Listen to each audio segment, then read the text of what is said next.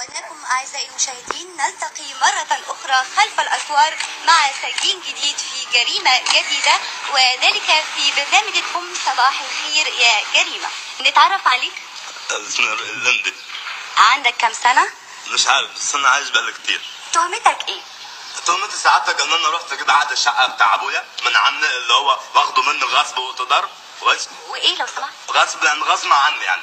ورحت له وهو مجوز ولاده في قلب الشقه سعادتك، وطردني في الشارع برضه غصب وتضرب، وانا ما رضيتش اتكلم، ورحت عشان اطالبه انه يديني حقي، راح ضربني بالبوان في وشي، وراح حاططني من كتفي، وراح صرفني نص كده، نزلت على ودني اسمجيت بقيت. وضح لو سمحت، وضح. واسمجيت يعني اترشيت سعادتك.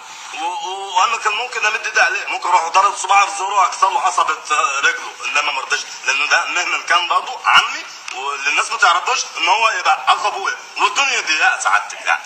امال عملت ايه؟ قلت بدل ما اقتله واخدش في السجن، قلت اسرقه من الاخر يعني. يعني معترف بالسرقة؟ لا انا مش معترف بحاجه، وبطلب المحامي. بس من واقع التحقيقات الشنطة اللي سرقتها من عمك كان فيها فلوس وذهب وياقوت ومرجان والماس. ايه وانا سارق شنطه علي بابا ولا ايه؟ ده اللي مكتوب في التحقيقات، ويعني هجيب حاجة من عندي ولا ايه؟ ده سعادة حضرة المزمزيل، هو كل اللي لقيته في قلب الشنطه علبه دواء انتوسيك من بتاع الاسهال. وما فكرتش تشتغل؟ مش فاضي. ده مبرر يخليك تبقى بلطجي يعني؟ نعم. يعني ليه بقيت بلطجي؟ واحد مصاحب علي علوكة واشرف كوخ، عايزين اطلع طيار. طيب تحب تقول ايه للشباب عشان ما يغلطوش نفس غلطتك؟ بسم الله الرحمن الرحيم.